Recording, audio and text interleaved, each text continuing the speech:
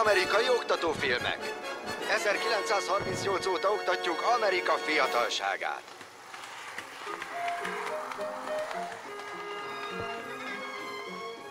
Szevasz, Timmy! 1000 ördög és angyal! Halára tetszett ijeszteni, bácsi! Mit szólnál hozzá, ha az olmos festék szaglászása helyett megtanulnál kidobósozni?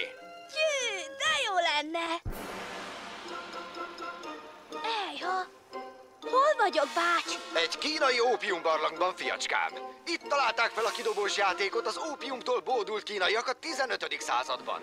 Akkoriban még levágott fejekkel dobálóztak a leleményes játékosok, de ma már az AKS előírja a labda használatát.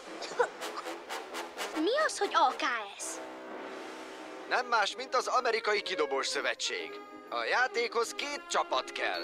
6-6 játékossal és 6 darab gumilabdával. A cél az, hogy kidobjuk a másik csapat játékosait. Ha az egyik csapat minden játékosa kiesett, a másik csapat nyert. Hűha! Alig várom, hogy megtanítsam a srácokat kidobósozni. Hé! Azért ne siessünk, fiatalember.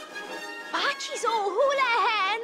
Bizony ő az, Timmy! Eljött Pachizó Hulehen, a 7-szeres válogatott kidobós bajnok, hogy bemutasson néhány trükköt. De kasa! Tényleg? Úgy bizony, öcskös.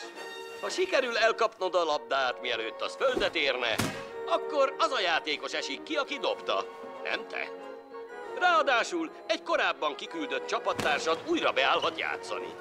Ez a dupla csavar. Jé, köszönöm, Pacsiz. Már is megalakítom a suliban a kidobós csapatot. Ez a beszéd, kölyök.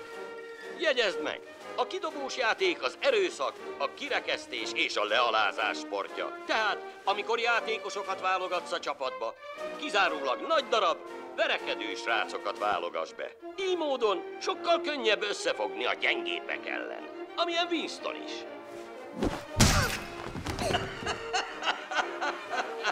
Csak így tovább, fiam. Hidd el, nagy jövő áll előtted.